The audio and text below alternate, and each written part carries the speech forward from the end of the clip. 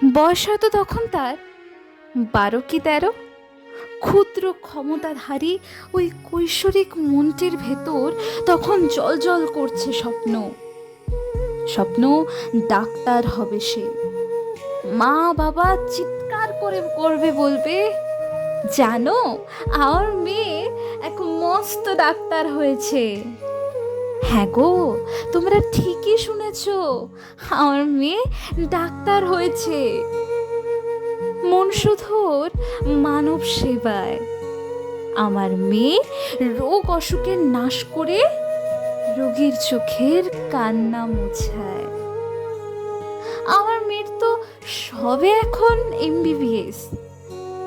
ওর না স্বপ্ন সেই আকাশ ছোঁয়া। কিন্তু কিন্তু কেন বলো তো, আমার মেয়ের ঘুমন্ত শরীরের পাশে কেবলই ধূপের ধোয়া। এ কি তোমরা তোমরা কাঁদছো কেন? তোমরা কাঁদছো কি ভেবে? আরে কালকে রাত 11টায় আমার মেয়ে ফোন করে বলেছে নাইট শিফটের পর সেমিনার রুমে ও খানিক জিরিয়ে নেবে। তবে তবে কেন কেন ওই সাদা কাপড়, কেনই বা এত সুগন্ধ? কেউ কেউ বলবে আমায়, কেন আমার ডাক্তার মেয়ে ওই জ্বলন্ত চিমনির ঘরে আজ বন্ধ? কে বলো বলো, কে দেবে এই উত্তর? কার কাছেই বার বাঁধবো হাত? খানিক পরেই দেখবে রাজনীতির আখড়া মেতেছে। টপিক আরজি করের রাত। জানো, আমার মেয়েটা না নিতান্তই সাধারণ মধ্যবিত্ত। তবে এটাই কি ওর অভাব?